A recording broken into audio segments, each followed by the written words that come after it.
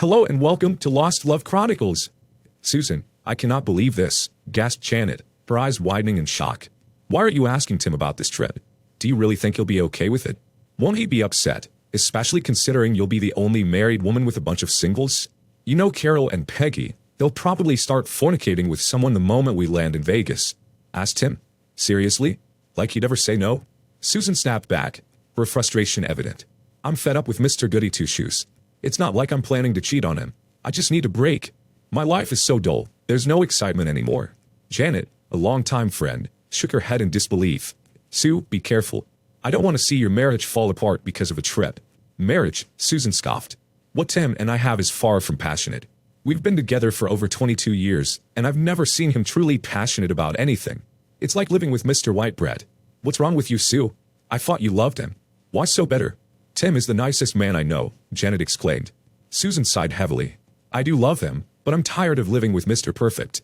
He never gets upset, avoids conflicts, and won't stand up for himself. It's like he lets people walk all over him. Remember the New Year's Eve party? Walt Hurley was taking a fight with Tim, calling him a coward. Tim just walked away. He should have stood up for himself, but he didn't. I started wondering if he really is a coward.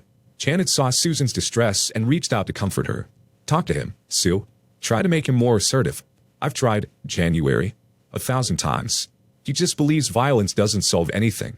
I get so angry with him. That's why I need to get away for a while, Susan said, forcing a smile. Besides, what happens in Vegas stays in Vegas, right? Janet forced a smile back but couldn't shake off a sense of unease for her friend's emotional state. Tim Burns was undeniably a nice guy. Standing at a little over 6 feet 4 inches and weighing around 260 pounds, he maintained his trim and fit physique through early morning runs and regular workouts. His journey into adulthood began with joining the U.S. Navy straight out of high school due to financial constraints. Serving in the Navy for 4 years paved the way for him to realize his dream, admission to university. Upon being admitted, Tim pursued a major in finance and accounting, driven by a serious commitment to his studies. Despite being older than his classmates, he approached his education with determination, eschewing frolicking and carousing. His Navy experience was behind him, and he focused on achieving the best possible grades. In the early days of his junior year, Tim's life took a turn when he met Susan Sims. Introduced by a friend in the student cafeteria, the three of them shared lunches, and Tim found himself both comfortable and intrigued by Susan. Standing at 5 feet 6 inches tall, Susan was a captivating figure with short, dark hair and blue eyes that sparkled with excitement. After Susan gave Tim her telephone number, he called her, leading to casual dates at first. Both seemed to be navigating the uncertain waters of a burgeoning relationship, but it didn't take long for them to become an item. One evening, after dinner and driving back to the dorms, Tim steered the car into a local park and turned off the engine. Turning to Susan, Tim began in a halting manner. Sue, look, I want to talk to you. Just talk, Tim, she replied with a question in her eyes. Yeah, look, we've been dating a few months now, and I want... need to tell you how I feel. Sue just sat and waited, a twinkle in her eyes. This is not easy, damn it, Tim muttered, unsure of himself. Sue, I love you, and I want to marry you, he blurted out, turning red in the face. Tim, how do you know? Murmured Sue. We've never done more than kiss and hold hands. How do you know that you love me? Tim looked at her with a bit of surprise on his face. I respect you, Sue. I would never try to take advantage of you. Why would I treat you like a slut? He replied. Slut? Slut? She exclaimed. What makes you think that intimacy between two people who care for each other makes the woman a slut? Tim, I'm not sure that you love me. I think you want a girl who is like Mother Teresa, not one with blood in her veins. Sue sat back with a frustrated look on her face. Tim raised his hands in a gesture of self-defense. Wait, Sue, wait, he protested. That's not so. It's just that I've been in the Navy for 4 years, and the girls we came into contact with were not exactly college types. I just wanted to make sure that I treated you as you should be treated. He hesitated and spoke again softly. I do love you, Susan Sims. I want you to be my wife. I want to be with you for the rest of my life. Sue teared up and reached for him. Oh, Tim, I do love you. You're the sweetest, most considerate, and compassionate person I've ever met. Yes, I'll marry you. They kissed passionately and right there in the back seat made love. Sue graduated shortly with a degree in marketing and managed to get a position with a cosmetics firm in the area. She was to undergo a training period for a few months before she would be given a territory. She was quite surprised at the salary, it was quite generous. Tim still had a year to go for his degree, but they didn't want to wait and were married shortly after. They were able to get a small apartment near the university. Sue worked and Tim studied, and it seemed to work well. After graduation, Tim was also able to gain employment in the area as a junior accountant, and with both salaries they had little financial concerns. When Susan became pregnant a year later, they decided that she would take maternity leave and then return to work after securing adequate daycare. Actually, Susan had decided. Tim went along with her. She delivered a daughter that they both doted on, especially due to the fact that there were complications in the delivery and Sue would not be able to have any additional children. They were both heartbroken, but were thankful for their daughter, Amanda. Both continued to do well in their professions and money was never a worry. With their combined income, they were able to eventually purchase a large home in a gated community with a golf course and country club. When Amanda reached her 12th birthday, Susan decided to stop working and devote her time to being a full-time mother. Tim quickly concurred. Tim also did well, and after over 20 years with the company, he occupied the position of senior account manager with a very comfortable salary. Then, a few weeks ago, a vice presidency became available and Tim applied for it. He was fairly confident, for he knew that he was more than capable of filling the opening. A few days later, John Cook, CEO, called Tim into his office. "Tim, good to see you. Please have a seat. Make yourself comfortable." "Coffee?" he inquired. "No thanks, John. I'm fine," Tim answered, eyeing him closely. He felt that this wasn't going to be good news. "Tim, let me be frank with you. I know that you applied for the VP spot. I have to be upfront with you. You're not going to get it, despite the fact that you're smart and capable." Tim swallowed his anger. "Okay, John. Continue with your frankness. Let me know why." Cook smiled gently. "Tim, it's just that you're too decent a person. I don't think that anyone in this organization has ever worked with someone like you. You're extremely knowledgeable, considerate, very easy to work with, and kind to everyone with whom you come into contact. You are very valuable to us because of the high admiration our clients have for you. That's one reason why we want you to remain in your present position." Tim pressed. "What's the other reason, John? I think that I deserve hearing what that is." Cook nodded. "Yes, you do." He leaned forward and looked at Tim closely. "That's the problem, Tim. You're too nice. You don't have that killer instinct. You don't know when to go for the jugular. If there's one area in which you don't shine, it's in negotiations. Let's not kid ourselves. You know that I'm right." Tim nodded in return. He knew that Cook was correct. It wasn't that he didn't have that so-called ability. It was that he chose not to travel that road. He didn't want to go for any jugulars. He had had enough of that. He rose, shook Cook's hand, and left. He would have to tell Susan that the position was not his. She would not be surprised. She knew Tim. Tim sat at his desk, his gaze fixed on the view outside the window. In that moment, a rare introspection took hold of him, prompting him to reconsider the persona he had deliberately adopted after his discharge from the Navy. Years had passed since he made a conscious decision to mold himself into the person he had become. Tim had resolved to distance himself from violence in all its forms, whether physical or verbal. He even took care to eliminate any traces of aggression from his newfound personality. This transformation wasn't particularly challenging for Tim. Fundamentally, he was a genuinely kind person. However, beneath the surface, there lingered a dark side that he was determined never to let resurface. Now, however, he found himself questioning the extent to which he had embraced the other extreme of that persona. His mind drifted back to his years in the Navy, to the grueling training sessions during the dark hours on the cold, what beaches at Coronado and underwater at San Clemente, places where nobody could hear you scream. The memories flooded back, reconnoitering an enemy beach from the surf line, silently taking down a moving vessel at sea, and lying in ambush for hours or days in the mud and stench of swampland. The training had been thorough, and he had become adept at eliminating threats quietly, whether with a knife, a garrote, or using various methods with his bare hands. For more than 3.5 years, he served as a Navy SEAL, functioning as a well-honed killing machine. Iraq, Afghanistan, he was there. Darkness of the night was his realm. His hands never shake, no emotions and no remorse. His kill count was legendary. His brothers in arms were ready to kill and follow him to hell. As he approached the end of his enlistment, he felt the weight of the toll it had taken on him. Tim was aware that he was heading towards a breakdown and felt grateful when his enlistment finally concluded. He made a solemn vow never to let that dark and lethal side of him resurface again. But now he wondered, had he gone too far? He didn't know now if he fully agreed with John Cook. He didn't show the steel in his spine that a VP position required only because he chose not to adopt that characteristic. He knew that he climbed the last rung of the ladder at this firm. He would always remain in the position he now held. But were there cracks appearing in that persona? He did not look forward to telling Sue about his discussion with Cook. He knew that the last few years of their marriage were not exactly happy ones. Sue often seemed abrupt and snappish. She had adopted a habit of criticizing him, and, at times, seemed almost contemptuous. He knew that he often had to control his temper and walk away from a possible confrontation. They seemed to have drifted apart. Tim's mind wandered back to the New Year's party when he had almost lost it. "Hey, Timmy," slurred a half-drunk Walter Lee. How's my bitch Timmy boy? Did you grow some balls yet? Laughed Hurley from his height of 6 feet 5 inches. Tim had stood very still and just stared at Hurley while Susan just stood and kept her eyes on Tim. That's okay, Timmy, continued Hurley condescendingly. We know that you don't like getting hurt. He then laughed uproariously as Tim turned and walked away. The scene at home later that night was not pleasant. Susan couldn't wait to confront him. What the hell is wrong with you? She hissed. How can you let that ass make a fool of you? He made you look like some sort of whip. Why didn't you defend yourself? What would you have me do, Sue? Tim asked wearily. Would it have been better if I had attacked him physically? Would a clever bit of repartee been more appropriate? He was sloshed, and I didn't want to make a scene. Let it go. Sue looked at him scornfully and snapped. So it's better that you look like a coward? Sometimes I wonder about you. She then turned and stalked out of the room. Neither slept well that night. Tim's thoughts lingered on the present situation. It would beyond that one night. Something was amiss in their marriage.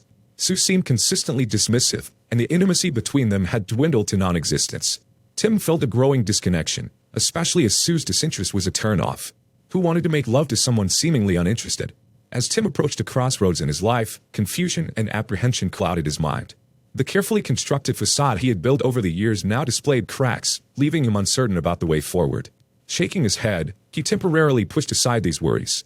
Later that evening, Tim shared his conversation with John Cook with Sue after dinner. Tim related his conversation with John Cook to Sue. She flicked her hand dismissively and just snapped at him that she was not surprised. Sue then casually mentioned that she and her friends were flying to Vegas for a long weekend, turning her attention back to a mundane TV show. Tim, taken aback, asked, What girls? Shouldn't we have discussed this before you committed? Sue impatiently replied, It's Jan, Carol, Peggy, and me. We're going to have some fun.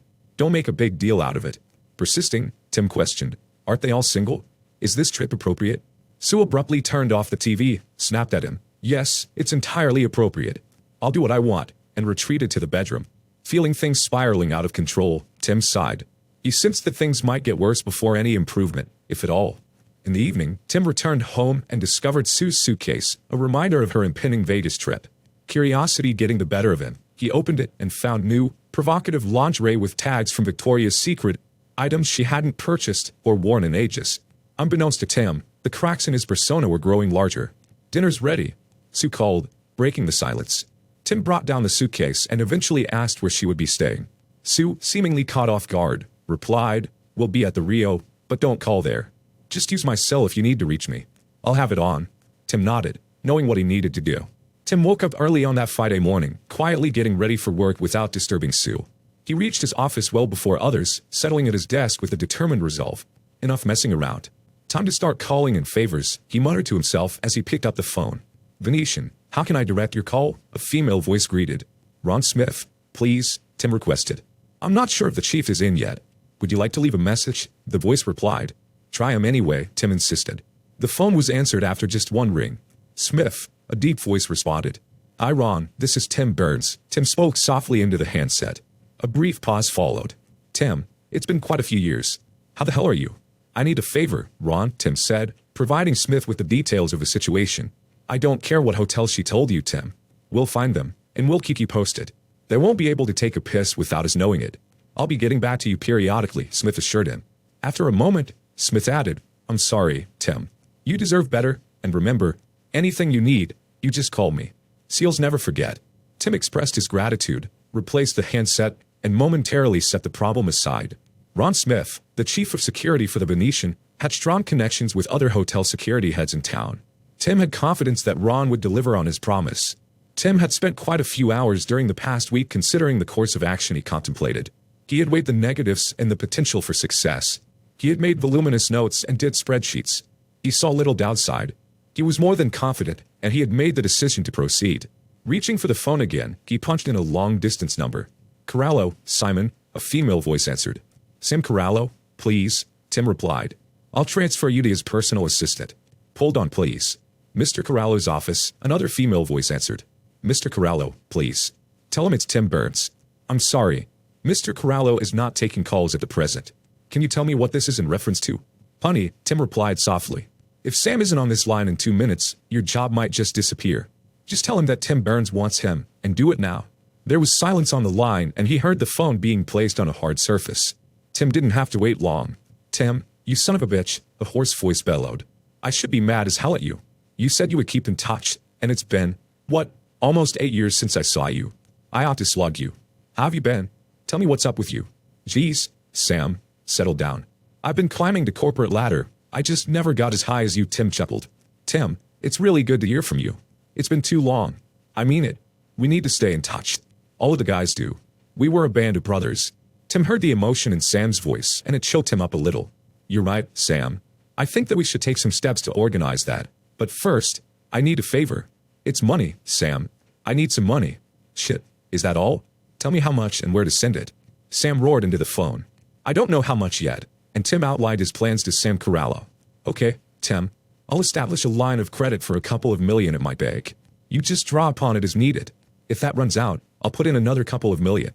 Sam, we also need to discuss things like the interest rate and the repayment schedule. Tim insisted. There was a pause, and then Sam exploded. You dumb shit. You insult me? Me? You stupid prick. Interest? Repayment? If you were here, I'd break your neck.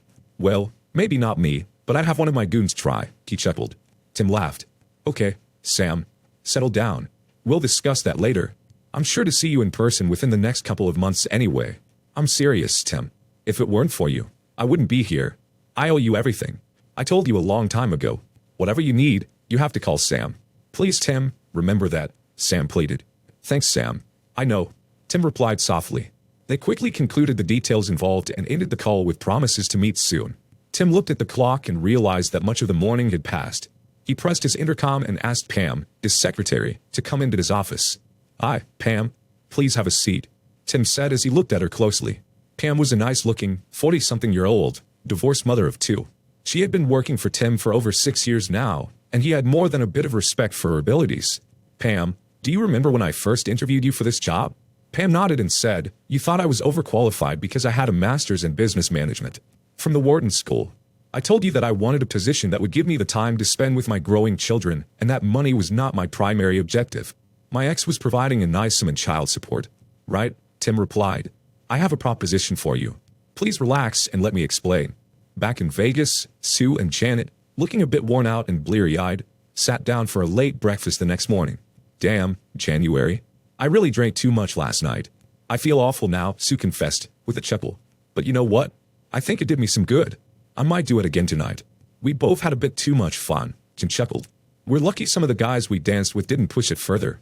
Sue grinned. Maybe it wouldn't have been so bad. Remember, what happens here stays here. Later that night, Jim found Sue waiting in the lounge. Sue, Jim began. I hope you won't be mad, but I met someone today, and he asked me to dinner. I'm meeting him in the dining room in a few minutes. Good for you, January. That's great, Sue enthused. Don't worry about me. I'll grab a bite, have a few drinks, and then call it a night. Enjoy your dinner, Jan. I mean it. Jan grinned. Well, I have a few minutes, so I'll join you for a drink. Don't want him thinking I'm too eager. Suddenly a male voice boomed above them. Well, looky here. 2 beautiful women sitting all alone. That's criminal. The girls looked up, startled.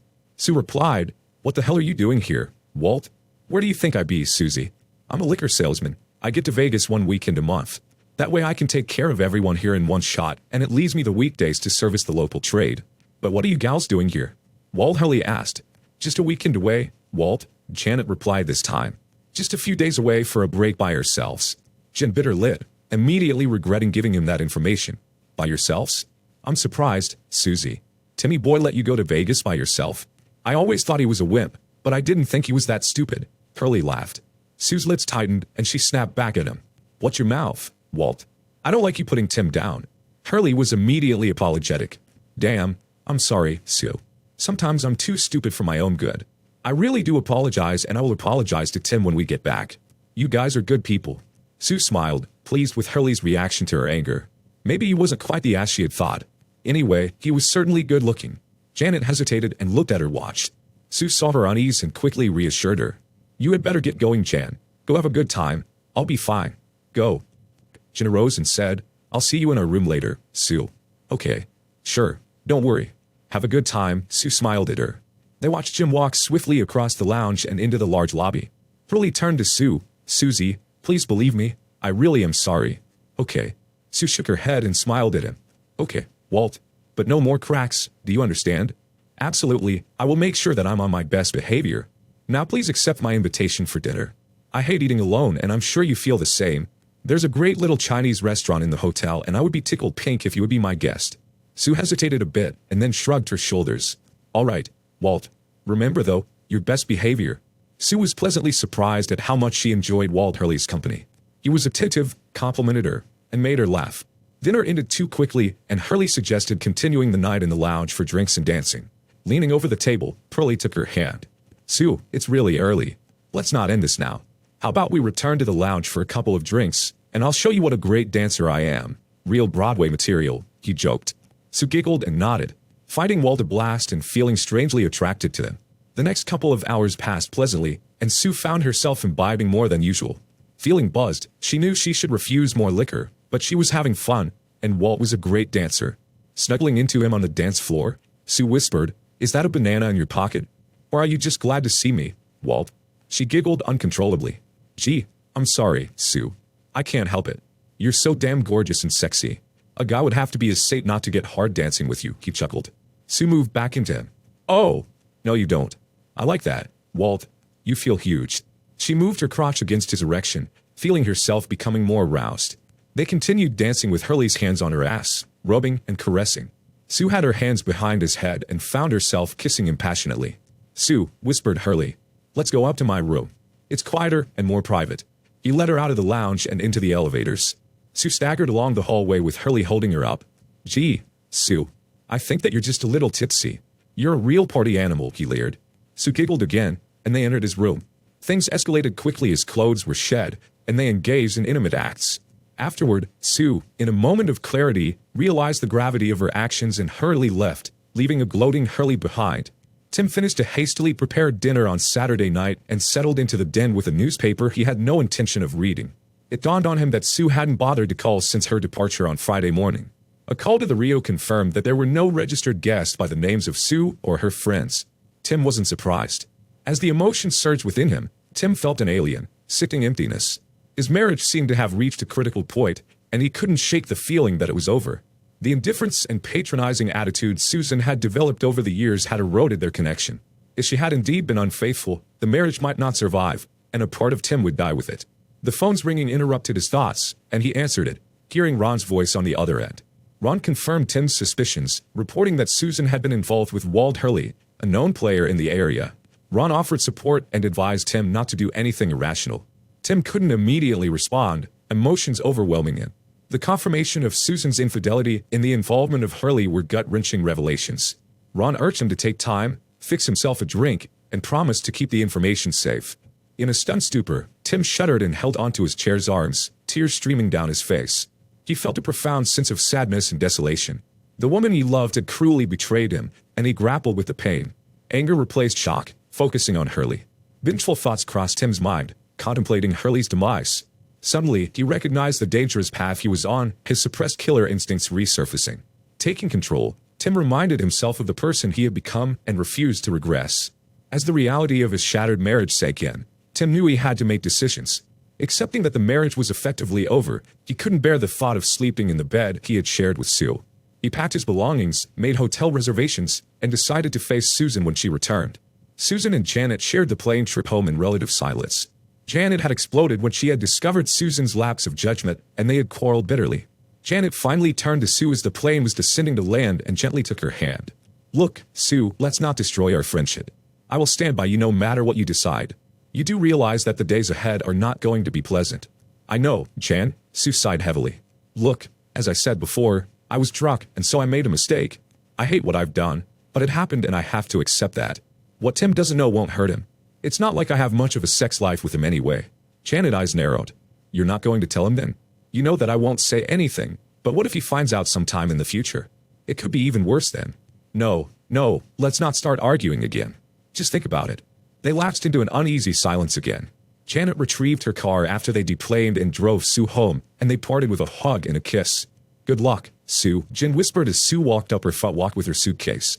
Sue shook her head and lifted her chin as she opened the door and walked into the house. She saw Tim seated in his easy chair. "Hi, honey, did you miss me?" She smiled bravely. "We had a blast, but it's good to be home." Tim just gazed at her coldly. "Sit down. I want to hear all about your trip. What did you do that was such a blast?" While he spoke softly, there was a force in his voice that Sue had not heard before. She quailed briefly, but gathered herself together quickly.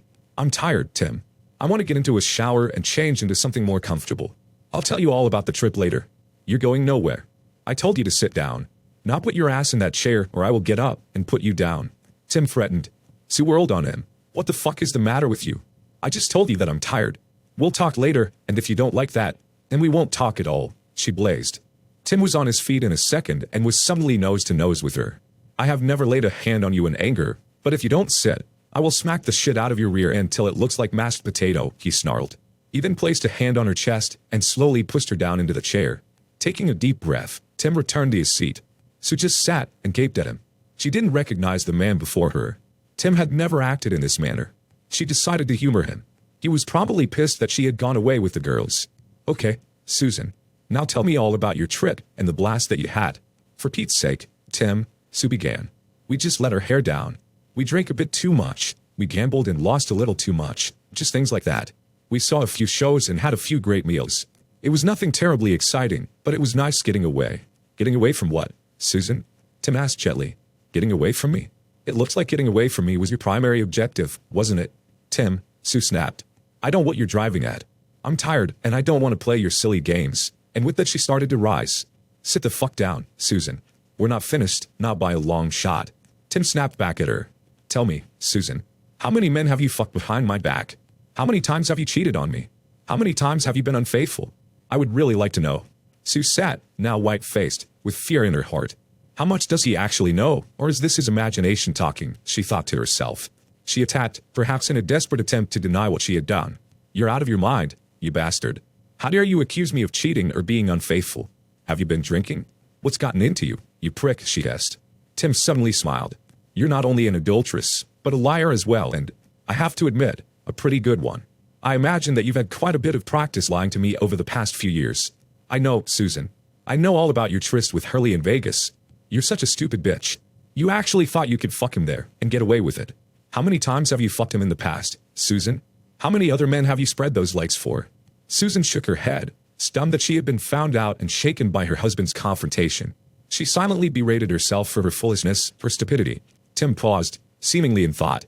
What I really don't understand is how I ever thought that I loved you. I guess that I did at one time, but the last couple of years convinced me that the woman I loved had vanished, replaced by a harridan and a slut.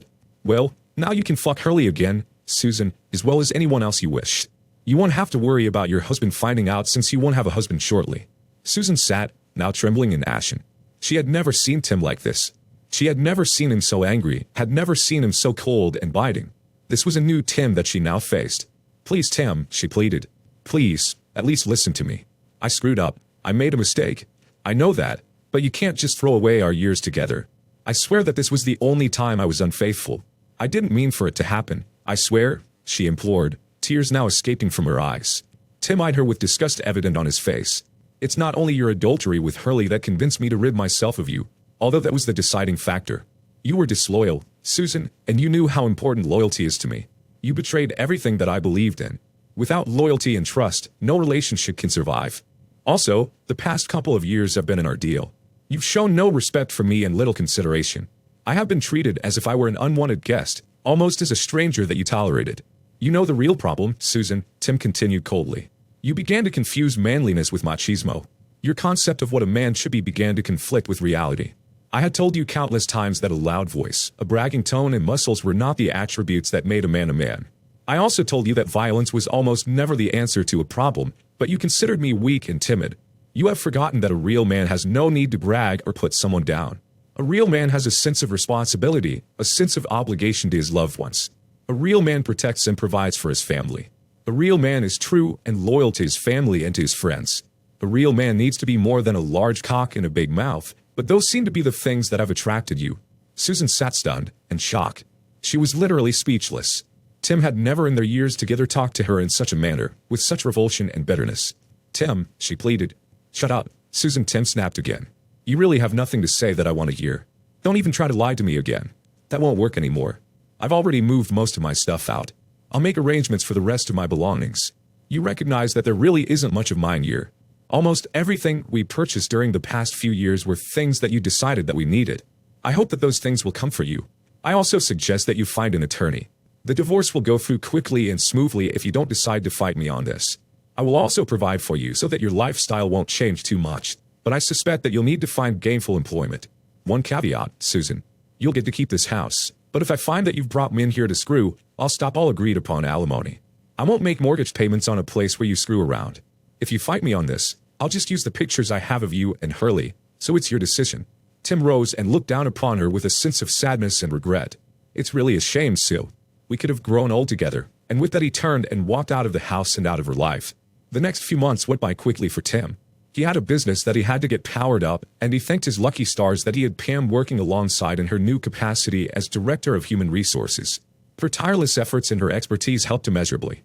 It wasn't long before they had a core group on board and tentative interest being shown by many potential clients. The divorce went smoothly and, despite numerous attempts by Sue to contact him, attempts that he rebuffed, it only took a few months for it to become final. Tim had spoken to his daughter Amanda many times since the day he moved out.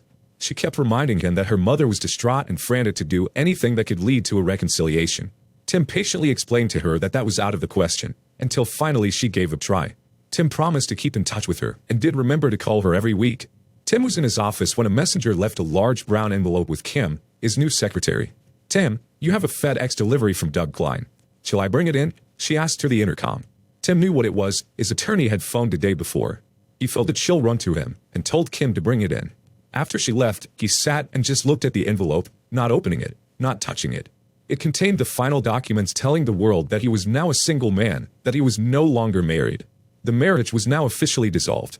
He sat quietly and examined what he was feeling. This delivery dredged up some dramatic emotions that he thought he had put behind him. Sadness enveloped him. He felt an emptiness within. A hole had been left that he couldn't fill. He had also come to realize that Sue's alienation was, at least in part, due to his own unwillingness to confront her concerning the changes that were taking place. He should never have allowed that change in attitude, never should have allowed the coldness that had soon characterized their relationship.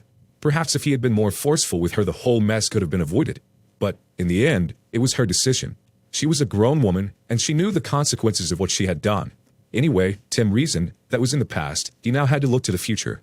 What Tim didn't realize was that as he had received the final divorce papers, so had Sue. They were delivered through the mail from her attorney 2 days after Tim had received his copy. She had sat at the kitchen table and just looked at the envelope, not touching it or opening it. She knew what was contained therein. Her face sagged and tears again came to her eyes. She blinked them back and tried to compose herself. She still couldn't bring herself to accept the destruction of her marriage. She knew that she loved him and would always love him. She also recognized that it was her actions that had brought her to this state, but she couldn't think of anything that she could do that she hadn't tried. She had to think of something, anything. Tim had not forgotten Walter Hurley. One day, a couple of months after the final decree, he decided to begin frequenting the bar that Hurley occasionally visited. It was within walking distance of his office. He would stop by for a drink after work and was soon a recognized visitor. A few weeks went by, and one early evening Tim could hear loud and raucous voices coming from the side room of the facility. He thought he recognized Hurley bass, loud and arrogant. Hell, I've been banging half a dozen married broads the last few months. They're all whores, when it comes right down to it, he laughed. He had his coterie with him, and they encouraged him and laughed with him. Tim had moved over to the entrance of the room and looked in. Hurley immediately saw and recognized Tim. He leered with glee. Well, looky here. How's it going, Timmy? Susie finally kicked your ass out, did she? Guess you couldn't measure up after me, could you? He laughed obscenely. What makes you think that any woman would want a piece of shit like you, Walt? A dildo would be a better bet. I understand that you can't even get your little weenie up half the time, Tim said slowly and deliberately, keeping his eyes glued to his prey. Why, you little prick. I'll teach you to respect your betters, Walt roared and came after Tim. What happened was almost too quick for the eye to follow, but Hurley suddenly found himself propelled back into a table which collapsed under his weight.